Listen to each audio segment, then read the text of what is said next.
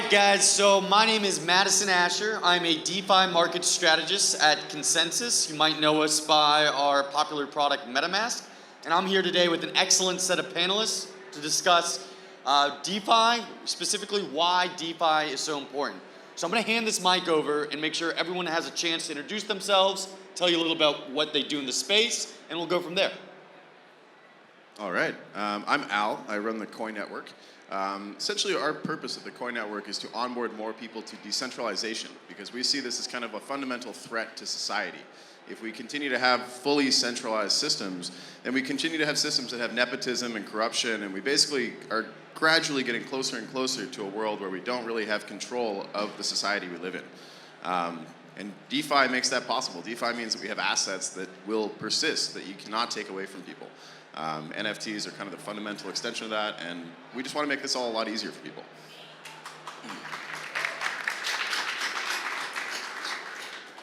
Hi everyone, I'm Barney Mannerings and I'm co-founder of Vega Protocol. Vega Protocol is kind of a next generation DeFi trading solution. It's designed to allow sort of high performance and highly efficient decentralized trading, particularly of derivatives and margin products, but actually of all kinds of products. And similar to everyone else here, we think it's super important to allow trading to be decentralized, allow finance to be decentralized, and allow people to sort of have control of their money, their assets, and their trading. And we think it's important to do that in a way that's kind of professionally capable, so in a way that actually allows people to move real-world use cases out of the banking system and onto DeFi, and that's our core mission. Hi, my name is Matthias, and I'm the founder and CEO of Santim.com. We help African businesses open a US bank account and also have a crypto custody. We work with Prime Trust, and one of our near future product is going to be consumerization of DeFi, where people from not only from Africa but also from emerging markets have access to DeFi. And one of the beauty with DeFi is it gives people who has been gated with centralized system, it gives a permissionless access to a new source of financials. So it could be lending, it could be loan. So yeah, I think that's what I think about DeFi. Hello, my name is Kosala Hemachandra. I'm the founder and CEO of MyEtherWallet, which is the leading Ethereum wallet interface in the space. We mainly focus on decentralized finance for users on every day. So in a way, we are trying to achieve the full DeFi where you don't have to disclose any of your personal information in order to transact on Ethereum, founded in 2015. And we also are working on NFT projects, which is this whole conference is about. We recently released our ETH Blocks NFT, where we NFT or create a digital asset off of every single block on Ethereum, and you can own it and you can use it to, if you have something personal that happened in that specific block, you can own that block and showcase that block to your friends, your family, and relatives, all that, to personalize that block on behalf of you.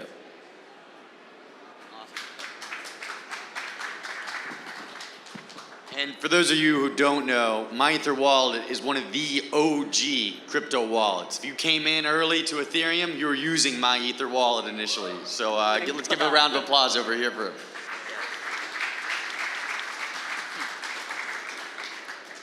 So DeFi has attracted, hundreds of thousands of users in the past 2 years. Billions of dollars have been locked, have been lent within this ecosystem. Why do you all think DeFi has attracted so many users from across the world to this emergent financial ecosystem rather than having them use the traditional banking system or other traditional financial services? I think it's, I think it's mainly because we do not, as human beings, we don't want to disclose all our financial or personal information and our financial data to, for example, banks and like governmental institutes. We would like to keep our personal data with us. I think that attracts a lot of people, a lot of users to this blockchain space. It's all about decentralization. So, and for example, if you have your information, if you have a bank account, all your information is with that bank, and that bank can easily file bankruptcy and then disappear, and then you can lose maximum, I think every account is insured up to 100,000. If you have more than that, it's gone after that, if that bank disappears. But it won't happen in decentralized world or in blockchain because every single account is owned by you.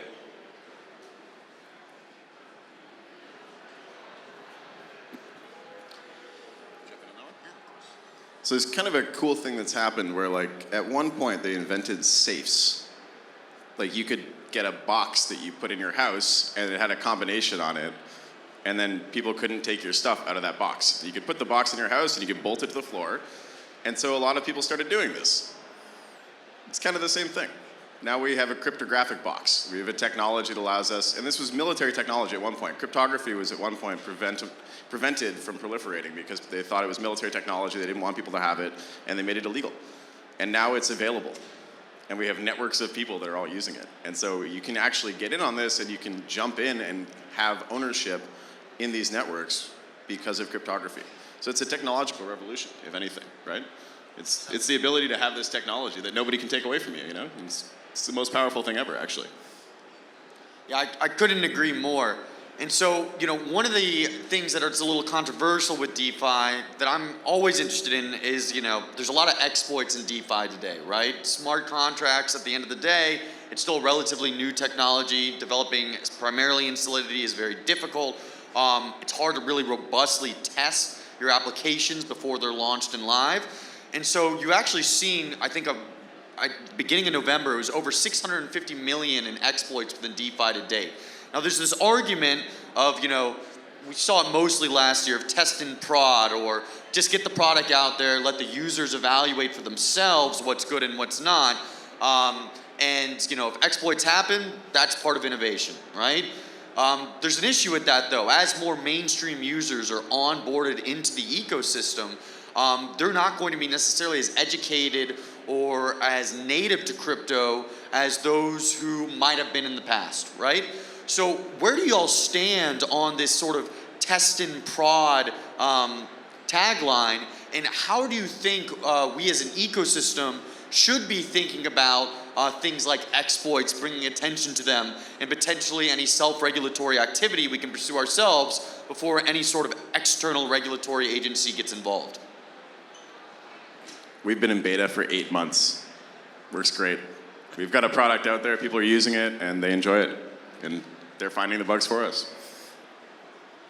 I think the test and prod attitude is a good starting point, and I think particularly with the early users, it's a great way to get feedback. It's also a great way to find the issues. But I do think there's a responsibility on platforms and products to sort of pitch things at the right level. I think if you are going out there saying this is an alternative to your bank account, then it needs to be an alternative to your bank account in terms of reliability, safety, security, and everything. And so, depending on how you pitch the branding, I think you can do a good or bad job of that. And I think it's when you mislead people and make them believe that they've got something which is much more secure and safe than it is, that you start to have problems. And so, you know, for instance, we tend to think about going out there testing in prod, but we put big labels all over it. In fact, we even put restrictions up which effectively say you can't do this yet, or you can only do this with, you know, like $200 or something, so that it's kind of like, yeah, this is early, you're testing, you're finding the bugs, you get to be part of it, you get to, you know, get excited early on, but we're not telling people right now that it will replace,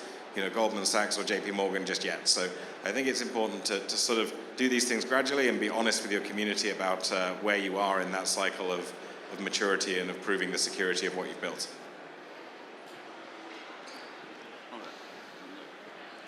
Yeah, just like you mentioned, actually, I also believe in attacks or like vulnerabilities open up possibilities for a newer developed generation of smart contracts. So we already have hundreds of companies doing audits on smart contracts that didn't exist 5 years ago. These are all like, it's a completely new avenue for companies to form and then do audits on these smart contracts. Not just that, for example, because of the DAO hack that was super popular on Ethereum back then, we already started adding like compile time vulnerability detection, runtime vulnerability detection. It'll automatically, as you code, it'll warn you whether there's a possible attack vector. Obviously, it's not going to cover every single attack point or attack vector, but it can easily detect at least, I believe, 80% of the potential attack vectors out there, which will reduce significantly the amount of vulnerabilities we can face in real time on production level applications.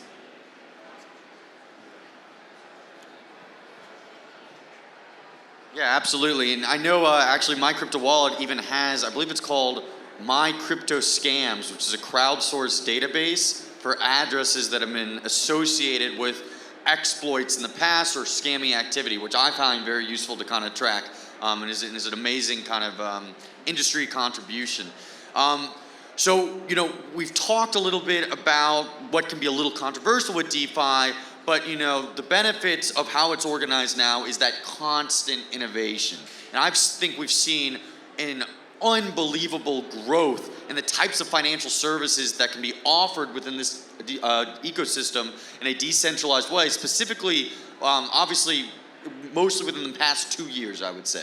And so what products do you think still need to be built, or what new DeFi products get you really excited about, oh, this is like really innovating on top of the existing layers? I'll give you an example for one of the ones that I find interesting. I think Element Fi building a fixed yield product on top of existing lending products out there like Compound, etc., or looking at Compound, I think they built it on Curve initially, is very, very compelling. And I think bringing fixed yield into DeFi is something that will be a new way for allocators or borrowers who want something that is more fixed rather than constantly variable to have access to. But what are the products that you all are very excited about?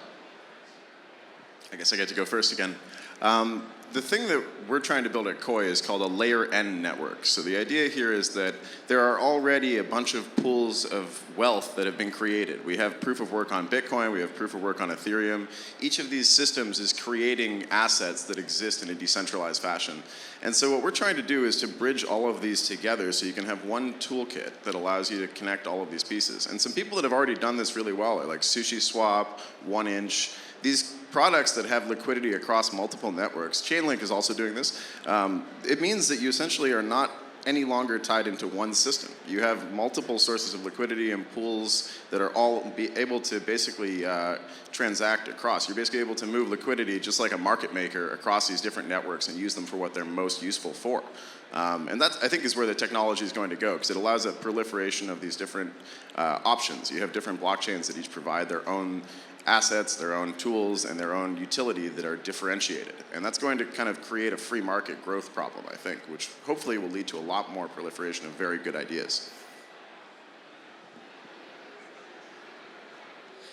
So one of the products I am currently exploring is Hashflow, where they try to bring liquidity from centralized exchanges to decentralized exchanges. So I think that is something I'm really excited about these days. Yeah.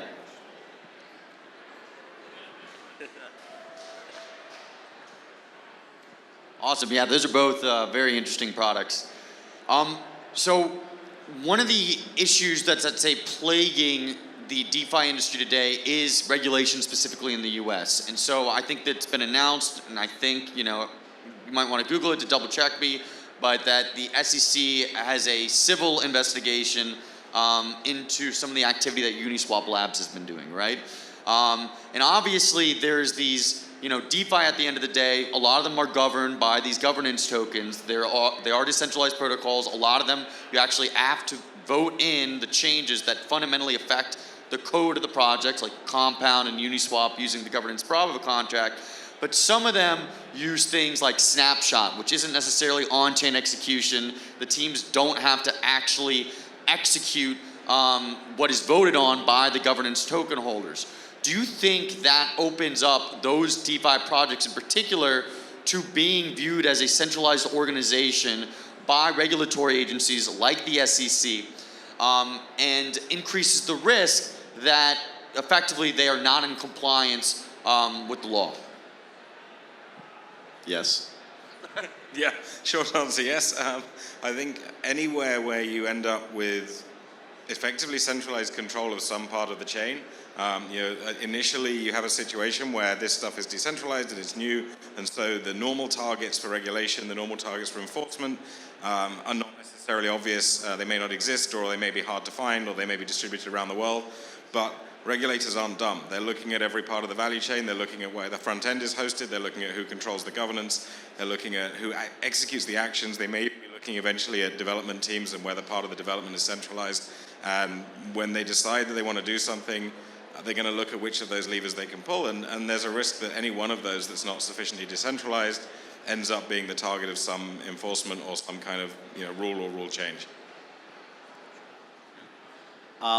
Yeah, I personally don't believe like decentralized exchanges or protocols should be like regulated. One of the reason is enforcement is going to be really tough. However, maybe like if you're a company where you're building on top of like decentralized exchanges where you have to do KYC. For example, my company is like that. We have to do like KYC for people outside of the US. So I think maybe companies building on top of these protocols could be could have like some kind of like lightweight regulation. But beside that, yeah, having a regulation for decentralized protocols, yeah, I don't believe in that actually. Yeah, so in a way, I don't actually believe even the governments actually know what they're doing. So in a way, I don't believe in regulated smart contracts or regulated exchanges. But at the same time, you have to, or governments in a way have to take precautions or precautionary measures to prevent illegal activities. But I do not believe the current way of doing it is the right way. So they have to figure out more, they have to actually get involved in the blockchain space. They don't know, currently no idea what, sometimes they come up with regulations or even the Congress will receive some regulations or laws that nobody knows what's actually going on. So, for example, ENS governance token was one of the good examples that happened recently. They did an airdrop, not necessarily airdrop, like a claim process, which was done amazingly.